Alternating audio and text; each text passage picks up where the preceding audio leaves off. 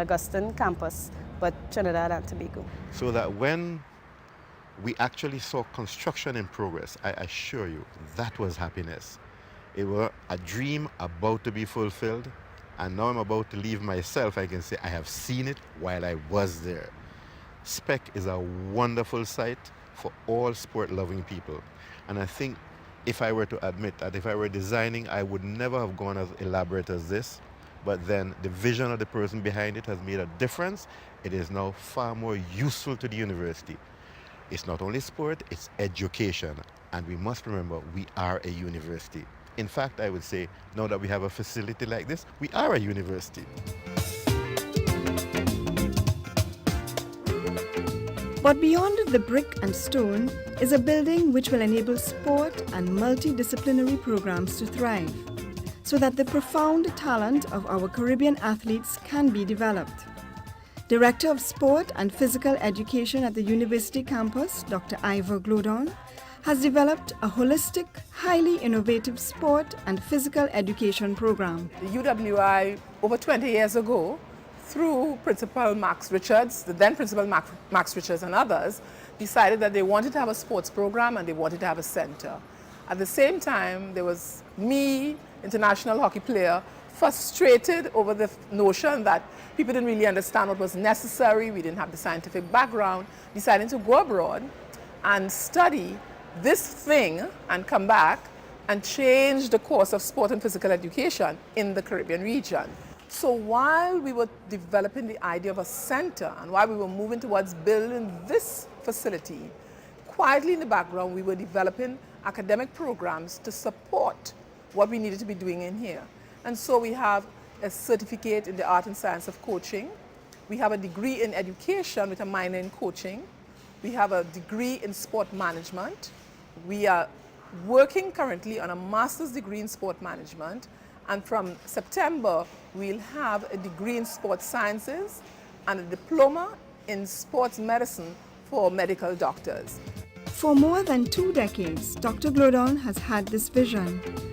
And with the tremendous support from the Development and Endowment Fund, headed by Ronald Harford, and the vision of former campus principals Compton Bourne and Max Richards, as well as current principal Dr. Tewari, who've all championed this cause, she has seen this dream become a reality. While the facility will be used by people involved in sports programs or people involved in athletics activity, it is also available for students who are doing French or Spanish or the sciences or engineering or anybody else who wants to simply use these facilities as part of their own personal development, but secondly, as part of the co-curricular strategy of the campus and the university, so that you may use involvement and participation in games and in sports generally to earn credits towards a degree. I want to say how absolutely delighted I am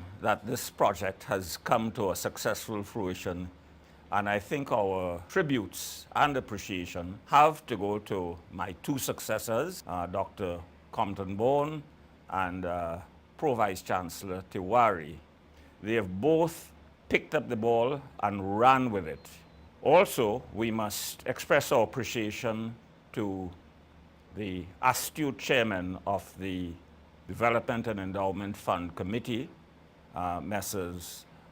Ronald Harford and Dunbar McIntyre, who along with the university have been able to raise, even in this difficult financial climate, the sum of $25 million to ensure that the project was a successful one.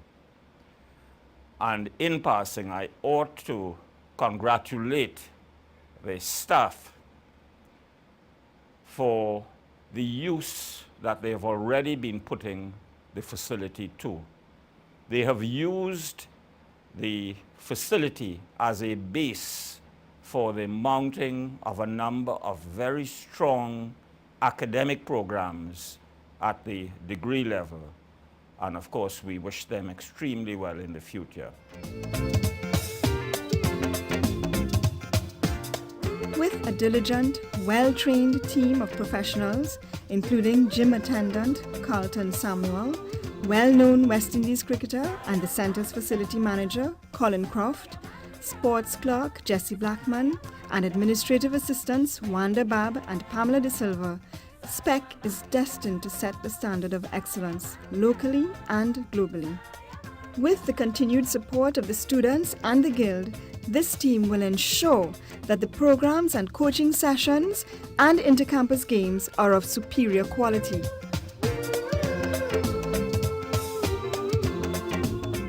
Phase 2 of the centre begins in 2003 and will expand and enhance the athletics program even further. It was also recently announced that the centre will house the National Institute of Sport and Physical Education. We have to develop the outdoor facilities because that's part of the centre. We have to fence the facilities so we have safety and security. We have an artificial track which we have already bought, and we are going to lay that track. We are going to lay an artificial hockey turf.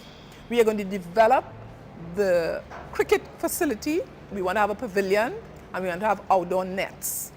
We are also going to have football and rugby. But those fields will be lit through our gas air conditioning process that NGC has donated so handsomely to us. And we are going to be able to open this center then from 6 in the morning to 11 at night, so people can really utilize the center. And that's the story of a facility that has already made a difference. A center that was over 20 years in the making, from conception to completion, and one that will leave an indelible mark on our sporting community.